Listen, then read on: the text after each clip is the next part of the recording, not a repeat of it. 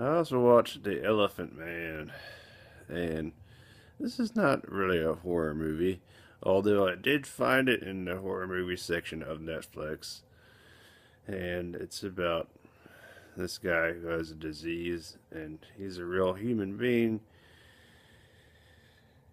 and he went through his life as the Elephant Man, who has these horrible growths all over his body. And he was in a freak show, and he was rescued from that freak show, which I don't really feel like freak shows are all that bad.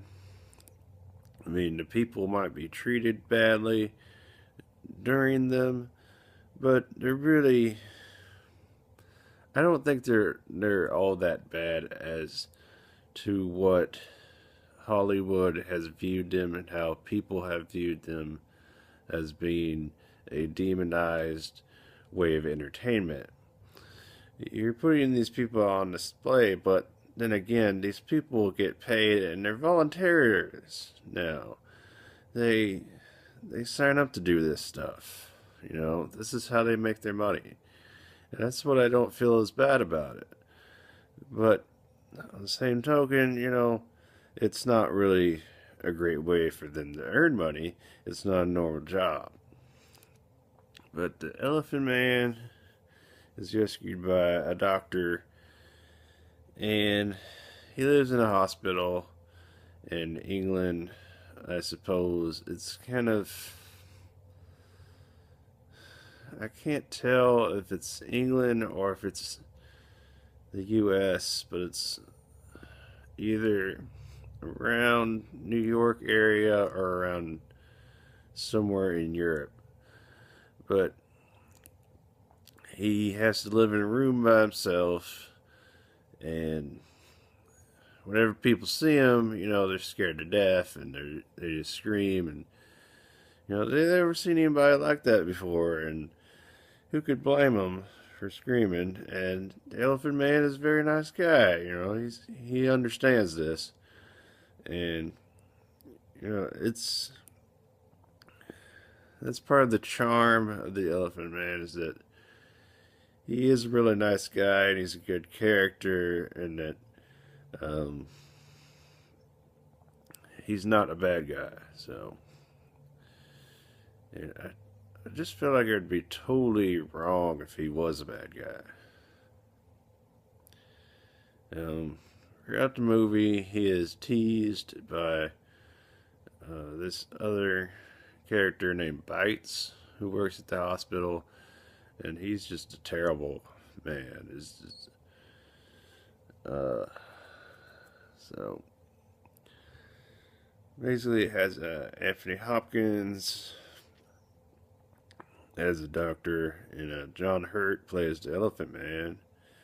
And it's always interesting to me where a main character doesn't speak a whole lot, and Elephant Man doesn't speak a whole lot, and when he does, you can barely even understand him because of the growths on his head and stuff.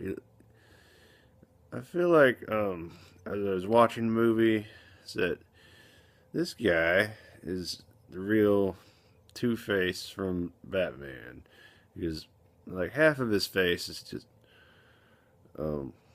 actually more than half, but it's just horrible growths on his head, and just you know he looks like a monster, but he's a nice guy. So he's got like the heart of gold, and he's just, you can't not like him.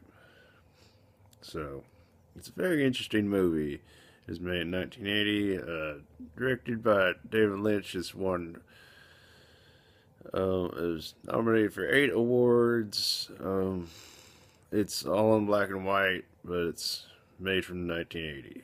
So it's one of those artsy movies that really keeps you enthralled in the whole story, and I couldn't not look at it. Man, it's very interesting, and I really enjoyed it. And yeah, it's a great movie. So this is like not a scary fest. Scary movies that are could almost be considered horror movies. But yeah. So Halloween is Friday, and it's always a fun time. So uh, I plan on watching some other movies. I'm gonna watch Monkey Shines. Is I follow a podcast and How Did This Get Made podcast, and they've covered it already, and I haven't listened to the episode yet on Monkey Shines. And I'm gonna watch a movie that stars one of the comedians on the podcast, June Raphael, June Diane Raphael. It's called Ass Backwards. It's about a beauty pageant. So, I don't know. I'm still trying to get out of this comfort zone of only watching more um, movies for guys, I guess. But, I'm enjoying this, you know.